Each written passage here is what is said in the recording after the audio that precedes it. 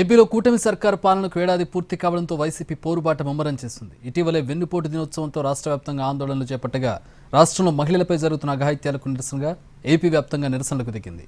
AP వ్యాప్తంగా YCP మహిళా నేతలు ఆందోళన చేపట్టారు. అన్ని జిల్లాల్లో నిరసన కార్యక్రమాలు చేపట్టారు. అంబేద్కర్ విగ్రహాలకు వినతి పత్రాలు ఇస్తున్నారు. కూటమి ప్రభుత్వానికి హోంమంత్రికి వ్యతిరేకంగా నినాదాలు చేస్తున్నారు.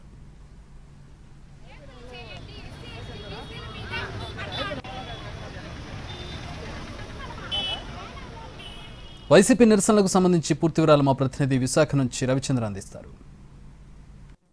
ప్రభుత్వం ఏడాది పాలనలో మహిళలపై జరుగుతున్న అత్యాచారాలపై వైఎస్ఆర్ కాంగ్రెస్ పార్టీ మహిళా విభాగం రాష్ట్ర వ్యాప్తంగా ఆందోళన చేస్తోంది. ఇందులో భాగంగానే విశాఖపట్నంలో ఉన్న అంబేద్కర్ కూడలిలో అంబేద్కర్ కు ఒక వినతి పత్రాన్ని సమర్పించి ప్రభుత్వం యొక్క ఆలోచన విధానం మారాలి, మహిళలకు రక్షణ కల్పించాలని డిమాండ్ చేస్తున్నారు. మేడం, ఈ రోజు రాష్ట్రంలో పరిస్థితులు ఏ విధంగా ఉన్నాయి? ఈ రోజు కూటమి ప్రభుత్వం ఏర్పడి సంవత్సర కాలం అయింది. ఈ సంవత్సర కాలంలో మనం లెక్కేసి తీసుకుంటే సుమారు రోజుకి 70 మంది మహిళల మీద అఘాయిత్యాలు, హత్యలు, మానభంగాలు ఇవన్నీ జరుగుతూ ఉన్నాయి. వయసుతో నిమిత్తం లేకుండా 3 ఏళ్ల పాప నుంచి 60 ఏళ్ళు 70 ఏళ్ల ముసలివారి వరకు కూడా రక్షణ లేదు ఈ రోజు పరిస్థితి. మేం ప్రశ్నిస్తా ఉన్నాం ఈ కూటమి ప్రభుత్వాన్ని. ఏం చేస్తున్నారు? లా అండ్ ఆర్డర్ ఎటు వెళ్ళింది? పోలీసు వ్యవస్థ ఎటు వెళ్ళింది? మీరు మహిళలకు రక్షణ కల్పించాల్సిన అవసరం లేదా? రిపీటెడ్ గా ఇవే జరుగుతూ ఉంటే మీరు తీసుకోవాల్సిన బాధ్యత మీకు లేదా అని మేము ప్రశ్నిస్తా ఉన్నాం. జగన్మోహన్ రెడ్డి గారు, మా పూర్వ ముఖ్యమంత్రి గారు, మా నాయకుడు ఆదేశానుసారం ఈ రోజు రాష్ట్ర వ్యాప్తంగా మహిళా విభాగం తరపున అంబేద్కర్ గారికి వినతి పత్రం సమర్పించాం. రాజ్యాంగ సృష్టికర్త అయినటువంటి అంబేద్కర్ గారు ఆ రోజు మహిళలకు పెద్దపీట వేశారు. మహిళల రక్షణ కల్పించాలని కోరారు. మహిళలకు ఆర్థికంగా బలపడాలని ఆయన ఇచ్చారు.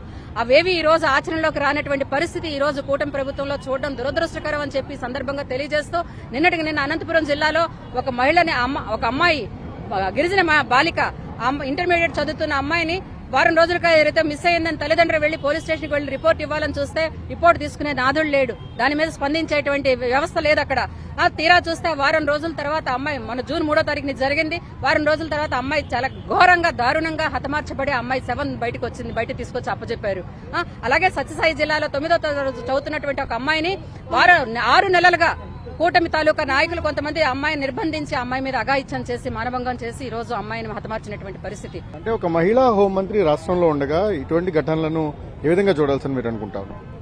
ఒక మహిళా హోంమంత్రిగా ఉన్న వర్గంలోనే ఆ మహిళల మీద ఎన్నో అఘాయిత్యాలు, హత్యలు జరుగుతున్నాయి. మంత్రులుగా ఉన్న నియోజకవర్గాల్లో కానీ వాళ్ళ మీద ఎవరైతే అఘాయిత్యాలు చేశారో, హత్యలు చేశారో, అత్యాచారాలు చేశారో వాళ్ళ మీద ఎటువంటి శిక్ష కూడా వాళ్ళ మీద అమలు చేయకుండా కూటమి ప్రభుత్వము 1 సంవత్సరం కాలం కూడా అలాగా నిర్వీర్యం చేసేస్తుంది. ప్రజల మీద ఎటువంటి రక్షణ కూడా ఇవ్వకుండా, అందులో మహిళల మీద ఎటువంటి రక్షణ ఇవ్వకుండా పూర్తిగా విఫలమైపోయింది కూటమి ప్రభుత్వం. ఆంధ్రప్రదేశ్ రాష్ట్ర ప్రజలు, అందులో మహిళలు చాలా ఇబ్బందులు పడుతున్నారు. ఒకప్పుడు గాంధీ మహాత్ముడు అర్ధరాత్రి నడి రోడ్డు మీద మహిళ నడిస్తే స్వాతంత్రం వస్తుందని తెలియజేశారు. కానీ ఇప్పుడు కూటమి ప్రభుత్వంలో ఒక మహిళ బయటకు రావడానికి కూడా ఎంతో ఇబ్బందికర పరిస్థితులు ఇప్పుడు మనం అందరం కూడా చూస్తున్నాం. అటువంటి పాలన కూటమి పాలన. కానీ గతంలో అయితే మాజీ ముఖ్యమంత్రి వర్యులు గౌరవనీయులు వైఎస్ఆర్ కాంగ్రెస్ పార్టీ జాతీయ అధ్యక్షులు శ్రీ వైఎస్ జగన్మోహన్ రెడ్డి గారు మహిళల కోసం దిశ చట్టాన్ని తీసుకురావడం జరిగింది, వాళ్ళ రక్షణ కోసం.